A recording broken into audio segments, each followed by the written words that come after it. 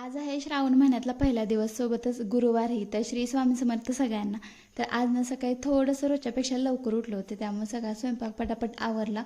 Kitchen ओटा साफ केला, त्यानंतर घेतली मी देवपूजा करायला. आता काल जी पूजा मांडली होती ती सगळ्यात आधी उतरली. त्यातले जे कणकेचे दिवे होते ते पाण्यामध्ये सोडण्यासाठी साईडला ठेवले आणि बाकीचे दिवे धुवायला घेतले.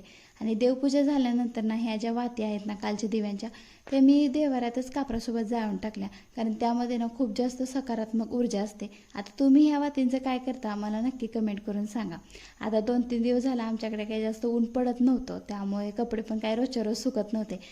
त्यामुळे आज मला 2-3 दिवसाचे कपडे ना एकदम घड्या करायचे होते. तर एवढा सगळा मोठा ढिगारा मी घड्या करून जागच्या जागी ठेवून दिला. आता इकडे मग हा पसारा तर आवरला, तोपर्यंत माझ्या बाळाने मागे एवढा सगळा पसारा करून ठेवला होता. आता माझा अर्धा दिवस तर हा पसारा उचलण्यातच जात असतो. तर असो, त्यानंतर मी इकडे यांचे कपडे सगळे इस्त्री केले आणि समर्थने ना त्याच्या जवळजवळ सगळे खेळणे मोडून तोडून टाकलेत. आता त्या दिवशी त्याच्या काकाने आणलेलं ट्रॅक्टर मला वाटलं होतं हा तर तो मोडूच शकणार नाही, पण काल तो सुद्धा त्याने मोडला. आता हा लाकडी असल्यामुळे चिकटतोय की नाही मला डाऊटच होता, पण तरीसुद्धा फेविक्विकने मी तो चिटकवला आणि तो पण चिकटला.